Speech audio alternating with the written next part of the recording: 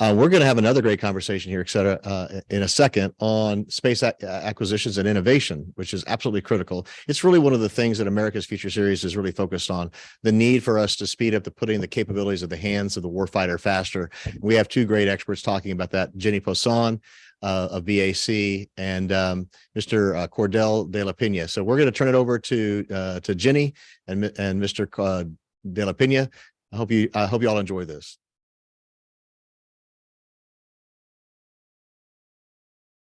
I really appreciate AFS for having me and for Comtech for sponsoring such an awesome event. I am really excited about this great opportunity to talk with Mr. DeLaPena. Del is a true patriot and has been serving our nation since 1985. He was commissioned as an Air Force officer, retired as a colonel, and then transitioned as a member of the Senior Executive Service. He has a really impressive resume, 23 assignments over the course of 38 years of, again, serving this great nation. And as David mentioned, he's the Program Executive Officer for Military Communications and Position Navigation and Timing, PNT, for Space Systems Command. In this role, he manages and oversees the development, production, delivery, and maintenance of critical and innovative communications and PNT systems worth over $22.3 billion. He's responsible for multi-service, multinational systems, as well as the training and equipping of more than 1,800 military and civilian personnel. Welcome, sir. I'm really excited to be here with you today. Thank you, Jenny. Great to see you. I appreciate that intro. I didn't realize I've been doing this that long, so thanks. Yeah, I mean, it's quite a long resume. When you have to start cutting pages off, you know, you've been around a while, right? Yes, so. I guess so. So we're going to kick off today's conversation by talking about your organization. So you've had a little bit over a year in your current role. I'm sure you're well versed in your really long list of programs. I think it's about 26-ish, if I counted correctly. That's right. Could you otherwise you might need to update your website. Okay. But if you could give us a brief overview or like a little elevator pitch on your organization and mission, that would be awesome. So I'm part of Space Systems Command, which you mentioned. That is a new command in the United States Space Force. It was established in August of 2021. Since that time, I've been the PEO for all military satellite communication and PNT Think GPS programs for the DoD. Within Space Systems Command, I'm one of 4 PEOs. There's the PEO for Assured Access to Space. That's the Brigadier General Ponzanagan down at the Cape. PEO for space launch. There's Brigadier General Tim Sheba. He's a dual-hatted PO. He currently runs 2 portfolios. The Space Domain Awareness and Combat Power is 1 portfolio. He's also the PO for the space side of the BMCQ. That's Battle Space Awareness, Battle Management, Command Control, Communications. And then there's me, the PO for MILCOM and PNT. Those are the 4 POs here at Space Systems Command. Within the Space Force, there are 2 other POs. That's Derek Tournier, the head of Space Development Agency, developing all the proliferated LEO constellations. And then there's the PO for Rapid Capabilities. That's the PO for Space RCO. That's Dr. Kelly Hammond down in Albuquerque. As you said, in my portfolio, I have MILCOM and PNT. I've got 26 active programs, 7 of which are ACAT-1s. Any given time, we've got about 19 satellites in some stage of development or production. We're also responsible, as you said earlier, for the sustainment for the on-orbit constellation. Today, that represents 65 satellites, 31 on the GPS side and 34 on the SATCOM side. We also have a very robust FMS business that's really focused on sharing our terminals, our GPS terminals, with our international partners so we can fight jointly. And we also track and take care of the make sure all the keys are current for all of our other international terminals out there. So that is our portfolio in a nutshell. And our job, since I own most of the what's called the legacy programs, is I'm working hard with my teams across SATCOM, narrowband, wideband, and then military GPS. That's the space vehicles, the ground, which is OCX, all the user equipment, to finish these programs to allow the pivot to all the new capabilities in terms of a resilient space architecture. So that's the elevator speech of a tall building. Awesome. Thank you. No, that was really great and level setting the room. And you had brought up Space Systems Command coming up on its second birthday, I believe. Right. We'd really love to learn about how your organization and how the command is doing on one of the primary goals in its creation, which is to fast track innovation. Would you be able to tell us Sure. how you're getting after that? So under our new, sure. So I just want to make sure, is my connection still coming through? Can you still hear me? Yeah, I can hear you loud and clear. Good. Okay. So the new Space Service Acquisition Executive, that's the SAE. His name is the Honorable Frank Calvelli. He's the former deputy at the National Reconnaissance Office. And he's challenged all of the space POs to field capability faster. He has a pretty clear 3-variable formula for speed. First is build smaller systems. Next is leverage existing technologies to reduce the non-recurring engineering up front. And if you do those two things, then you can scope contracts that are 3 years or less. And he'd like all of our new work to be fixed price. And according to Mr. Calvelli, those are 3 things that they'll be looking at as the SE of how we could go faster. So building small systems, you see a significant exponential growth of capability in the commercial sector, especially in low Earth orbit. Those are smaller satellites, they less power, less fuel, less mass, much different price point, much different approach to redundancy. So one of the things we're doing as part of our integrated strategy in the future is to augment and bring in diversity in orbitology by augmenting our current capabilities, which are geostationary, with the commercial and international partner capabilities at lower orbits like LEO. And therefore we can disaggregate very complex systems. We've done that initially with our missile warning capability, in which we've disaggregated the missile warning capability to all of the other types of missions that were on that space-based infrared radar system. We're doing it again in my portfolio in military satellite communications when the legacy systems, which were the AEHF, Advanced Extremely High Frequency Geostationary Satellites, had both the strategic and tactical missions on one space vehicle. That is now also being disaggregated into smaller systems. And so we're isolating the strategic and the tactical capabilities into separate systems, making them smaller, less complex.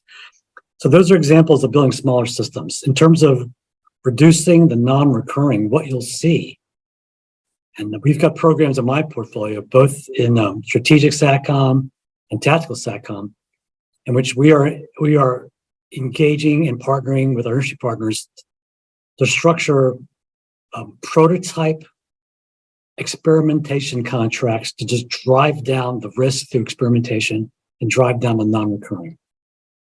In both of those areas, both in the strategic SATCOM and tactical SATCOM, we have active contracts in which we have awarded contracts to multiple vendors on both of those mission areas to have a diversity of approach and to sustain, introduce competition through the execution of those contracts.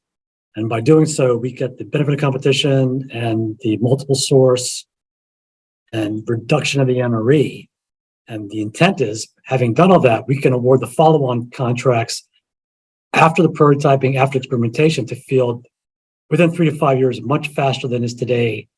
You know, the average day is a long time. The average day is like on average, like 8 years. We're trying to get that down under 5. And then we hit Mr. Calvelli's goal down to 3. And that's an example of a strategy of how we're developing acquisition strategies differently. And then you mentioned innovation. One of the things we've done in Space Systems Command is our goal, our objective is to have a industry day on a different topic every month, 10 to 12 a year.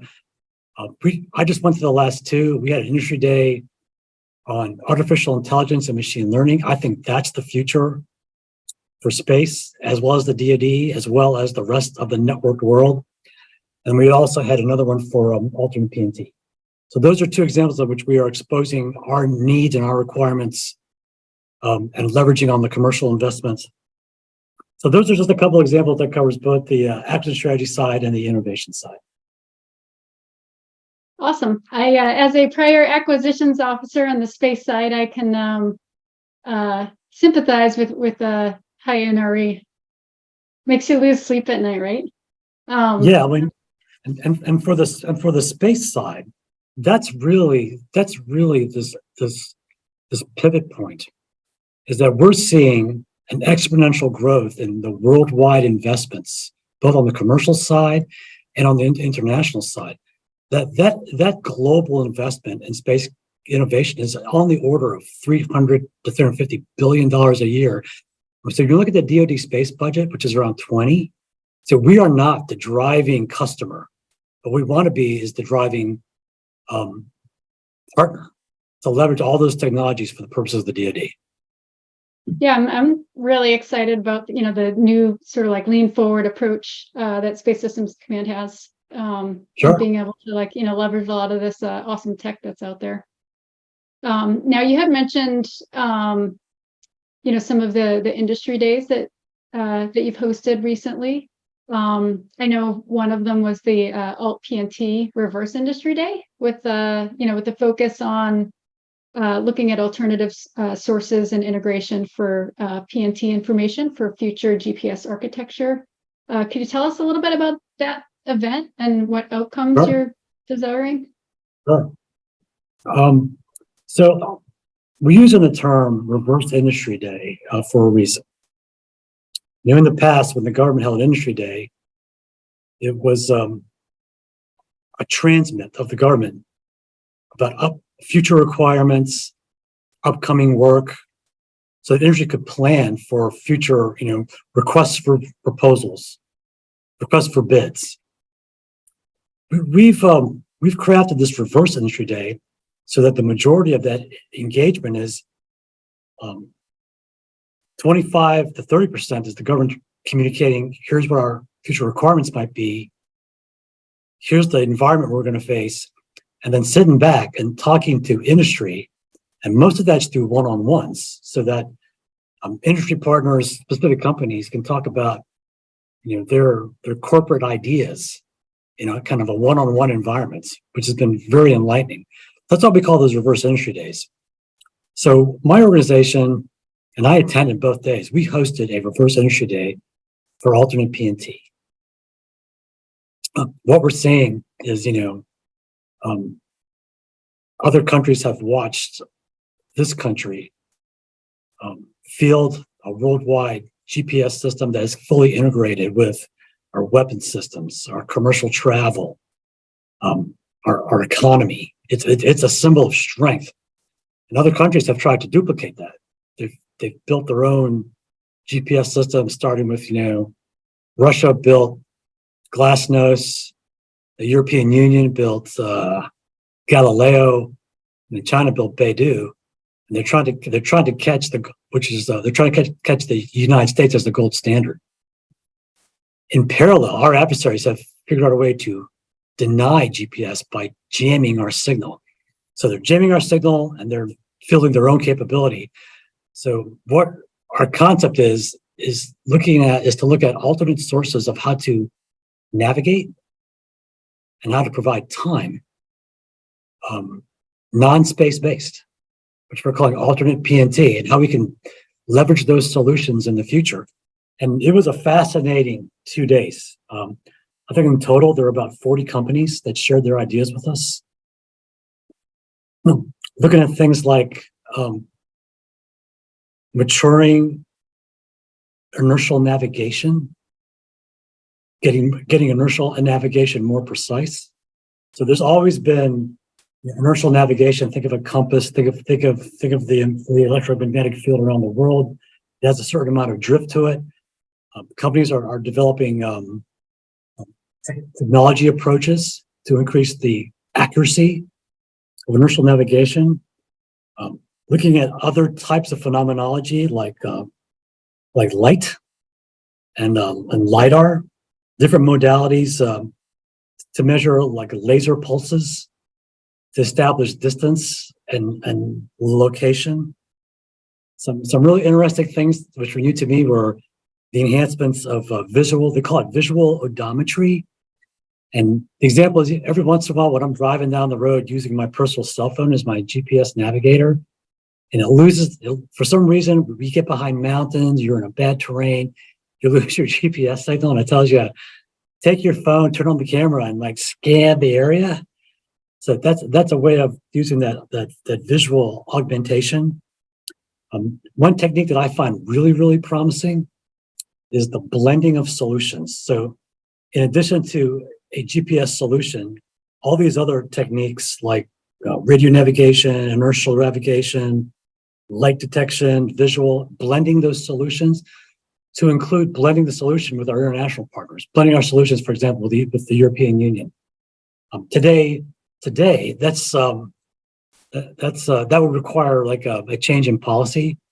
But from my perspective as the PO, those policies are written like back in the year 2000, in which this country and the world never envisions that there will be multiple sources for GPS and multiple alternate sources to augment GPS. And I think the next phase is to do some testing with all of those different sources to find out what the real accuracies that we can achieve. So that's why we held the Reverse Industry for Ultimate PNT. My group is the lead for it in Space Systems Command. I'm really looking forward to the next couple of years as we invest in some of those innovations. Yeah, I'm sure, would you say 60 some odd folks showed up with ideas? Yeah, I'm sure if you had that many one-on-ones, probably exhausting, but fascinating at the same time. Yeah. So, well, we actually met with about 40 companies. You're right. There were about 60 companies. Many companies just showed up because we did this at our new commercial integration center in Chantilly, Virginia. Mm-hmm. And so a lot of the small businesses who had nothing to do with space just wanted to understand what they could do with space. We had companies that they did database manipulation, they did IT support. Those are all things as a new service we were interested in. But yes, there were more like 60.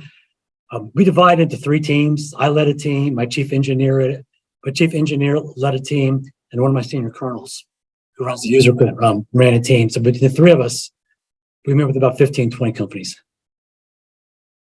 Yeah, and your approach here with the Reverse Industry Day too, likely gives really good insight to problems maybe you didn't know were there, right? Or different things to consider. I mean, most of these I'm kind of jealous. I'm like, kind of want to go like be on the other side of the table and listen to all the pitches. Yeah.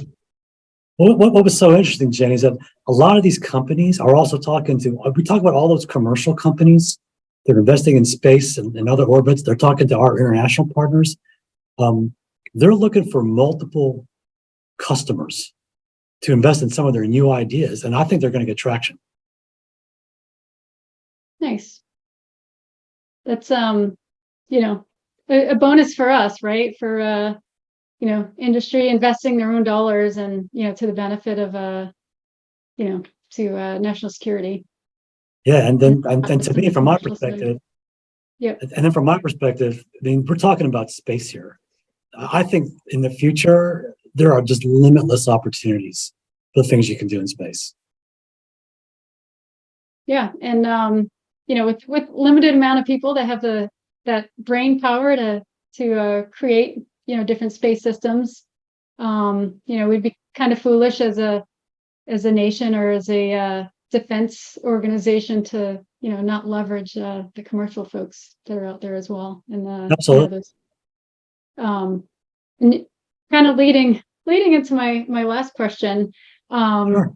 You had mentioned a little bit earlier about leveraging commercial technology to our advantage, right? With space going across national security, civil and commercial sectors. There's been a ton of advancement, especially in the commercial sector over the last decade or so. Do you have any more specifics on how you and or Space Systems Command is leveraging this commercial technology? Sure. So I mentioned everything we're doing on the PNT side. Yep. We're looking at augmenting commercial providers that will invest in PNT solutions, especially in other orbits like LEO. We're watching very carefully the Space Development Agency. Their tranche 2 is going to look at a PNT solution for LEO. So we're looking at that as a good opportunity to augment the existing capabilities. But then in the MIL-SATCOM side, that's where we're focusing in parallel. And in that area, there are other international partners that have developed, for example, like Norway, they've developed their own commercial MIL-SATCOM capabilities, and we are providing some of our military payloads for them to host on their satellites as hosted payloads, and that's example of the EPSR program, the Enhanced Polar System Recap, that provides the DoD MIL-SATCOM communication protected comm over the poles, but we're doing that on a hosted vehicle operated by Space Norway. Other countries that have built their own satellites, like Luxembourg, we have a funded initiative in the FY24 budget request. It's a budget request to leverage that capability and rent and buy their service to augment our capacity on the commercial side. So in my mission area, it's in both phases of just both PNT and in MIL-SATCOM, but in the rest of the Space Force, I see initiatives, for example, in launch, how commercial companies are looking at things like on-orbit replenishment. That's something the Space Force is watching closely. And that's out of our Sure Access to Space PO. And then also in space sensing, looking at all the commercial investments for things like weather, for example, fire detection, all the things that an ISR sensor on the commercial side can pick up today. We're also looking at how we can leverage those applications in our remote sensing directorate. So it's across the board, Jenny, how we're looking to leverage all the commercial investment and international activity. Yeah, and there's quite a lot of places to look nowadays, right? It's not just large nation states that have space programs. I mean, you have small countries like Luxembourg. Sure. Spent quite a bit of time there as a lieutenant. They had the only English-speaking movie theater. Is that right? Yeah, 45-minute drive from Springdalum. All right. But to think like, even like small nations or these like, very small startup companies have these really great space capabilities. It's kind of cool to and then see how far we've come. So yeah, and it's then pretty exciting. And then I just also think it's great for the industrial base. For a nation, regardless of their size, regardless of their economy, to invest in space capability means that they're investing in their intellectual capital to take that next step, to start to invest in their people who become very knowledgeable in the technical aspects of the space mission. Oh yeah.